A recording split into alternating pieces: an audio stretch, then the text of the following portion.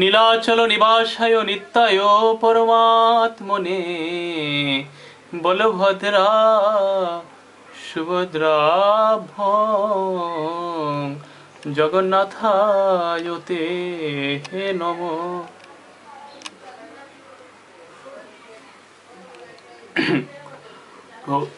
শ্রীলরূপ গোস্বামী কৃত ভক্তি রসামৃত সিন্ধু প্রথম অধ্যায়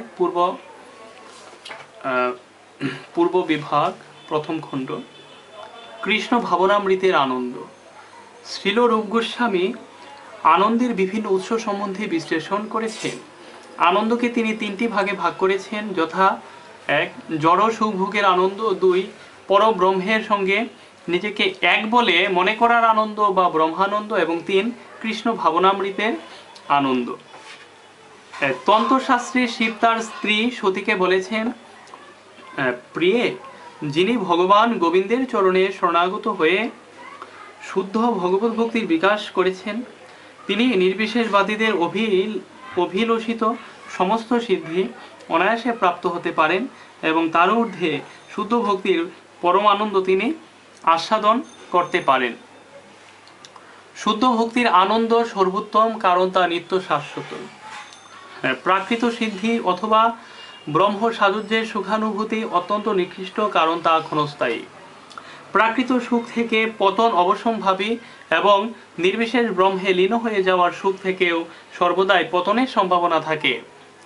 প্রায়ই দেখা যায় যে মহাপণ্ডিত এবং তথাকথিত আত্মতত্ত্বদ্রষ্টা মায়াবাদী সন্ন্যাসীরা রাজনীতি বা সমাজসেবায় প্রবৃত্ত হয়। এর কারণ হচ্ছে যে নির্বিশেষ ব্রহ্মজ্ঞানে তারা তাদের পরম ঈপ্সিত চিদানন্দ অনুভব করতে পারে না।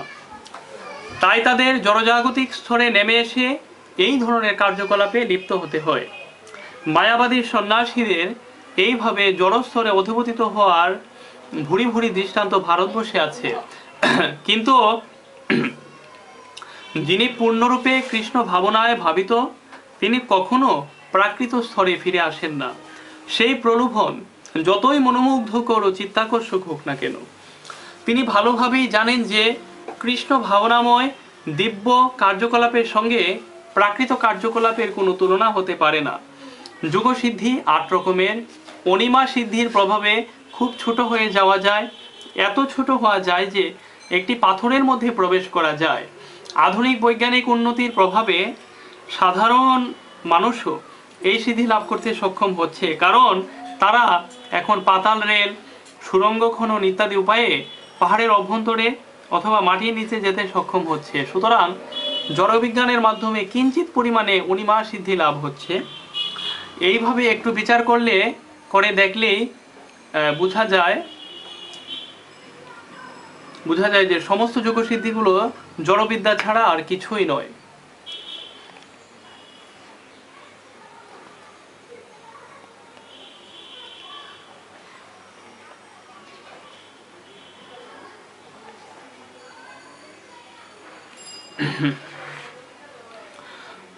জড়বিদ্যা ছাড়া আর কিছুই নয়। যেমন আরো একটি যোগসিদ্ধির প্রভাবে এত হালকা হয়ে যাওয়া যায় যে বায়ুতে বা জলে ভেসে থাকা যায়। আধুনিক বিজ্ঞানের মাধ্যমে এই সিদ্ধিটিও লব্ধ হয়েছে। আজকাল মানুষ অনায়াসে আকাশে উঠছে, জলে ভাসছে, এমনকি জলের নিচেও ভ্রমণ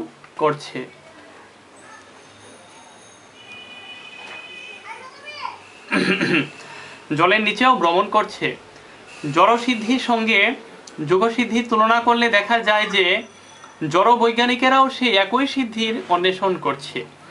সুতরাং প্রকৃতপক্ষে জড় বৈজ্ঞানিকের সাফল্যের সঙ্গে যোগী সিদ্ধির কোনো পার্থক্য নেই। এক সময় একজন জার্মান পণ্ডিত বলেছিলেন যে তথাকথিত যোগসিদ্ধিগুলি আধুনিক বিজ্ঞানের মাধ্যমে ইতিমধ্যেই লব্ধ হয়েছে। সুতরাং সেই সমস্ত সিদ্ধির প্রতি তার কোনো আসক্তি নেই। যথার্থ বুদ্ধিমত্তার পরিচয় দিয়ে তিনি ভারতবর্ষে এসেছিলেন এবং পরমেশ্বর ভগবানের সঙ্গে তার নিত্য সম্পর্কের পুনঃপ্রতিষ্ঠা করবার জন্য ভক্তিযোগ অনুশীলনে ব্রতী হয়েছিলেন। অনেক যোগসিদ্ধি আছে যা আধুনিক বৈজ্ঞানিকেরা এখনো পর্যন্ত আয়ত্ত করতে পারেনি। যেমন সিদ্ধযোগী সূর্যরশ্মির মাধ্যমে সূর্যলোকে প্রবেশ করতে পারেন এই সিদ্ধিকে বলা হয় লঘিমা। তেমনি যোগী তার আঙ্গুল দিয়ে চাঁদকে স্পর্শ করতে পারেন। অন্তরিক্ষে যাত্রীরা যদিও অন্তরিক্ষ যানে করে চাঁদে যাচ্ছে, তাতে অনেক অনেক অনেক কষ্ট সহ্য করতে হয়, কিন্তু যোগসিদ্ধির প্রভাবে যোগী কেবল হাত বাড়িয়ে তার আঙ্গুল দিয়ে চাঁদকে স্পর্শ করতে পারেন। এই সিদ্ধিকে বলা হয় প্রাপ্তি। প্রাপ্তি সিদ্ধির প্রভাবে যোগী কেবল চাঁদের স্পর্শ করতে পারেন তাই নয়, তিনি তার হাতকে যেখানে ইচ্ছা সেখানেই প্রসারিত করতে পারেন। তিনি ইচ্ছা করলে কোনো স্থান থেকে 1000 মাইল দূরে বসে থেকেও সেখানকার কোনো বাগানের গাছ থেকে ফল পেড়ে নিতে পারেন। এরই নাম প্রাপ্তি সিদ্ধি। আধুনিক বৈজ্ঞানিকেরা পারমাণবিক অস্ত্র তৈরি করেছে, যার প্রভাবে এই গ্রহের একটি নগণ্য অংশকে ধ্বংস করা যায়, কিন্তু ঈশিতা নামক যোগসিদ্ধির প্রভাবে কেবল ইচ্ছার দ্বারা একটি সম্পূর্ণ গ্রহ সৃষ্টি করা যায় বা ধ্বংস করা যায়। আর একটি সিদ্ধিকে বলা হয় বশিতা। তো এই সিদ্ধির প্রভাবে যে কোনো মানুষকে বশীভূত করা যায়। এটি এক ধরনের সম্মোহনী শক্তি, যা প্রতিহত করা একরকম অসম্ভব। কখনো কখনো দেখা যায় যে এই বশিতা শক্তির আংশিক সিদ্ধি প্রাপ্ত হয়ে যোগী জনসাধারণকে বশীভূত করে তাদের ধন সম্পদ নিয়ে পালিয়ে যায়। আরেক রকমের যোগসিদ্ধি হচ্ছে প্রাকাম্য। যোগসিদ্ধি হচ্ছে প্রাকাম্য। এর দ্বারা মনের যে কোনো বাসনা পূর্ণ করা যায়।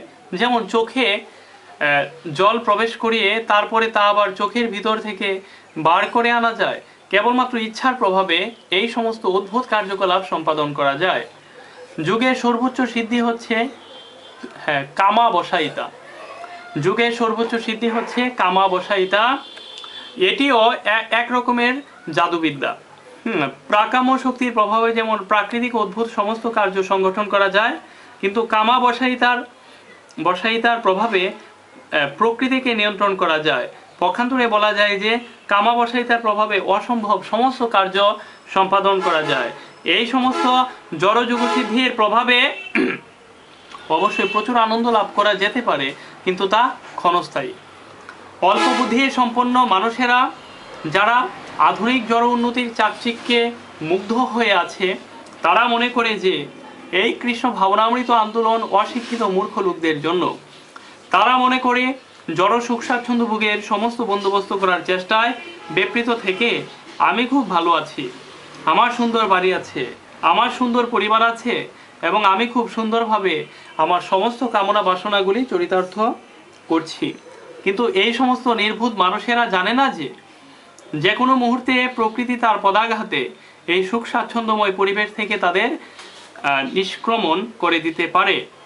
অজ্ঞানের প্রভাবে তারা জানে না যে যথার্থ জীবন নিত্য চিরন্তন।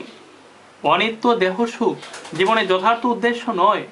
গভীর অজ্ঞানের দ্বারা আচ্ছন্ন হয়ে আছে বলেই মানুষ আধুনিক সুখ স্বাচ্ছন্দ্যের উন্নতির চাকচিক্যে মোহিত হয়ে আছে।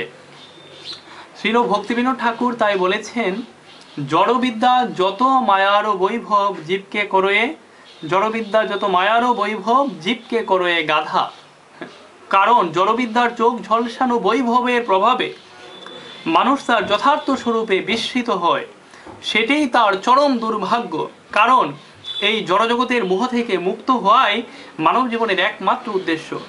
কিন্তু জড়বিদ্যার উন্নতির প্রভাবে মানুষ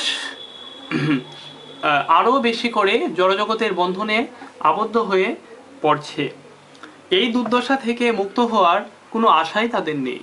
হরিভক্তি শুধোদয় গ্রন্থে উল্লেখ করা হয়েছে যে মহাভাগবত প্রহ্লাদ মহারাজ ভগবান নৃসিংহদেবকে প্রার্থনা জানাচ্ছেন, হে প্রভু, আমি বারংবার আপনার শ্রীপাদপদ্মে প্রার্থনা করি যেন আপনার প্রতি আমার ভক্তি দৃঢ়তর হয়, কৃষ্ণ ভাবনামৃতে যেন আমার স্থির নিষ্ঠা থাকে। কারণ কৃষ্ণ ভাবনাময় ভক্তিযোগের আনন্দ এতই মধুর যে তার সঙ্গে ধর্ম অর্থ কাম ও মোক্ষ সমস্ত সিদ্ধি আপনা থেকেই সুলভ হয়ে যায়।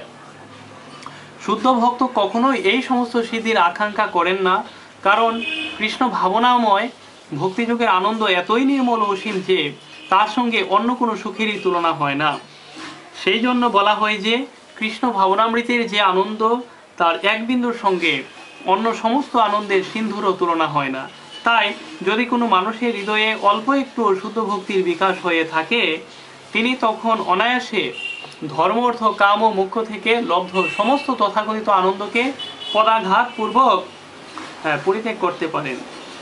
কুলাবেচা শ্রীধর নামে শ্রী চৈতন্য মহাপ্রভুর এক পরম ভক্ত ছিলেন। তিনি ছিলেন অত্যন্ত দরিদ্র। বাজারে কলার খোলা বিক্রি করে তার যা আয় হতো তা ছিল অতি নগণ্য, কিন্তু তা সত্ত্বেও তার আয়ের অর্ধভাগ দিয়ে তিনি মা গঙ্গার পূজা করতেন এবং বাকি অর্ধাংশ দিয়ে কোনো রকমে জীবিকা নির্বাহ করতেন। শ্রী চৈতন্য মহাপ্রভু একবার তার সেই অন্তরঙ্গ ভক্ত খুলাবেচা শ্রীধরের কাছে তার স্বরূপ প্রকাশ করেন এবং তাকে তার ঈপ্সিত যে কোনো ঐশ্বর্য দিতে অঙ্গীকার করেন, কিন্তু শ্রীধর মহাপ্রভুকে বলেন যে তার সেই দীনহীন অবস্থাতেই তিনি খুব সুখে আছেন, তাই জড়জাগতিক ঐশ্বর্যে তার কোনো প্রয়োজন নেই। সেই কথা শ্রী চৈতন্য মহাপ্রভুকে জানিয়ে তিনি তার শ্রীপাদপদ্মে অহৈতুকী শ্রদ্ধা ও অপ্রতিহতা ভক্তি প্রার্থনা করেন। এটি হচ্ছে শুদ্ধ ভক্তের মনোভাব। তারা যদি দিনের মধ্যে 24 ঘন্টায় ভগবানের সেবায় নিযুক্ত থাকতে পারেন, তাহলে তাদের আর কিছুই চাওয়ার থাকে না।